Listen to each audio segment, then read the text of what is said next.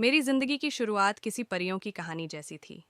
घर में हर सुख सुविधा थी, प्यार करने वाला पति, सुंदर घर और एक स्थिर जीवन। मैं रश्मि हूँ, उम्र 32 वर्ष। मेरा विवाह अमित से हुआ, जो एक प्राइवेट कंपनी में काम करते हैं।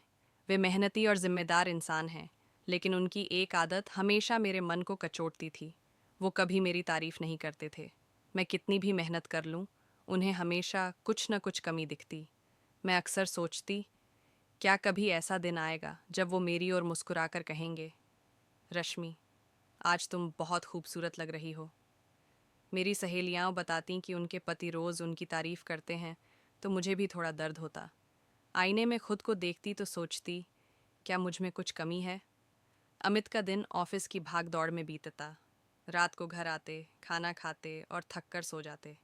मैं चाहती थी कि वो थोड़ा वक्त मेरे साथ बिताए, बातें करें, मेरे दिन की छोटी छोटी बातों को सुने। लेकिन ऐसा शायद ही कभी होता।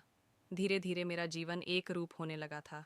बाहर से सब कुछ ठीक, भीतर से खालीपन। फिर मेरी मुलाकात विवेक से हुई। वो हमारे मकान के ऊपर वाले कमरे में किराए पर रहता था। कॉलेज का छात्र, मददगार और हमेशा मुस्कुराने वाला लड़का। कभी कभी बाजार का सामान ला देता, तो कभी हल्की फुल्की बातें कर लेता। उसकी सहजता मुझे सुकून देती थी। धीरे धीरे विवेक मेरी रोज़मर्रा की बोरियत के बीच एक ताजगी बन गया। वो मेरी बातें ध्यान से सुनता, मेरी तारीफ करता और सबसे बड़ी बात, मेरी भावनाओं को समझता था। जो बात मैं अमित से कहना चाहती थी और कह नहीं पाती थी, वो विवेक की मुस्कान में समझ में आ जाती थी। समय के साथ मेरा मन उलझने लगा। एक तरफ मेरा घर, मेरी जिम्मेदारियाँ, मेरा पति, दूसरी तरफ वो अपनापन, वो ध्यान जो विवेक से मिलता था। मैं जानती थी ये सब गलत दिशा में जा सकता है, लेकिन उस एहसास की कमी ने मुझे कमज़ोर बना दिया।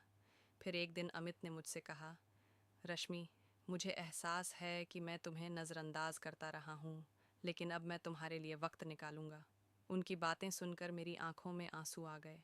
मुझे लगा, शायद अब सब ठीक हो जाएगा। लेकिन मन की गहराइयों में विवेक की यादें अब भी थीं। वो बातचीत, वो ध्यान, वो आत्मीयता, उन्हें भुलाना आसान नहीं था। अब मेरी ज़िंदगी दो हिस्सों में बंट चुकी थी। एक तरफ अमित का सुधरता हुआ व्यवहार, दूसरी तरफ विवेक की यादों की छाया। फिर एक दिन मैंने तय किया कि मुझे अपने घर और रिश्ते को बचाना है।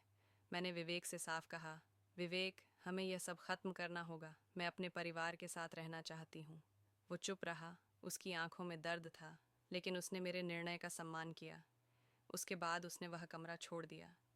मेरी ज़िंदगी फिर सामान्य होने लगी। अमित अब पहले से अधिक मेरा ख्याल रखते हैं, लेकिन कभी कभी जब मैं छत पर जाती हूँ और हवा बालों को छूती है, तो एक हल्की सी याद दिल में आ जाती है। वो चाहत, वो ध्यान जो कभी विवेक के साथ महसूस हुआ था। शायद ज़िंदगी ऐसी ही होती है। हर इंसान के भीतर कुछ अधूरी चाहतें रहती हैं, जो हमें याद दिलाती हैं कि प्यार सिर्फ पाने का नाम नहीं, बल्कि समझ और जिम्मेदारी का भी दूसरा नाम है।